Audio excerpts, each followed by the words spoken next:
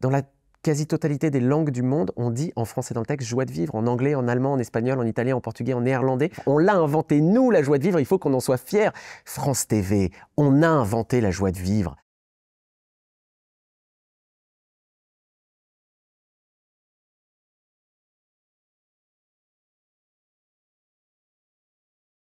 Ce spectacle raconte une année de ma vie où je me lance ce grand défi d'apprendre la joie de vivre. C'est probablement le spectacle le plus intime que j'ai écrit. Il y a une partie introspective dans ce spectacle et en même temps, il y a une partie très documentée. C'est à la fois documenté, à la fois drôle, je joue plein de personnages. Il y a 2 éléments déclencheurs. Un premier, c'est ma femme qui un jour, au détour d'une conversation, m'a dit: «Mais Mickaël, la joie de vivre, c'est pas ton truc». Et moi, j'ai cru que si, parce que pendant toutes ces années, je me disais: «Mais si, c'est mon truc» et puis j'ai demandé autour de moi et effectivement, c'est pas mon truc. Et la deuxième chose, c'est la naissance de ma fille. Et je me suis dit: «Tiens, là, il se passe 2 choses dans ma vie, qui méritent de faire un spectacle autour de la joie de vivre».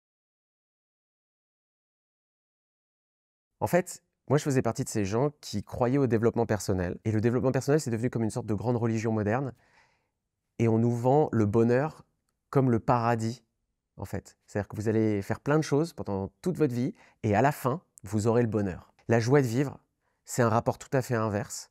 C'est démarrer par se dire: «La vie, c'est génial».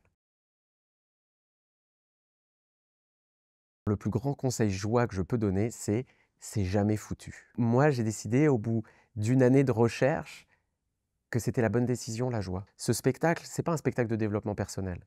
Je viens pas là à donner des conseils parce que, en fait, j'en ai tellement essayé des trucs de développement perso qui ont loupé totalement qu'en fait, je suis juste là en train d'essayer de partager aux gens, de dire: «J'ai essayé plein de trucs, voilà mon expérience» et ça se trouve, ça trouvera un écho chez vous.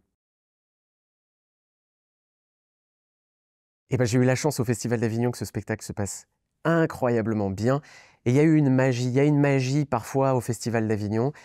D'abord, les gens sont en vacances et donc ils arrivent dans la salle avec une joie, déjà très présente. À Paris, on est dans une joie plus contenue. Le Parisien a la joie de vivre plus intérieure. Si j'avais la chance de parler un jour à Charles Trenet, je lui demanderais, comment il a écrit cette chanson? Dans quel, contexte il a écrit cette chanson? Quand je cherchais un titre pour ce spectacle, il y a un moment, ça m'est paru totalement évident de me dire: «Il y a de la joie» et je me disais: «Mais là, en fait, il y a une éclaircie magnifique qui s'offre à nous» parce qu'on est dans un moment du monde qui peut paraître assez sombre, où on se pose la question de: «Est-ce que la joie de vivre, ça existera encore?»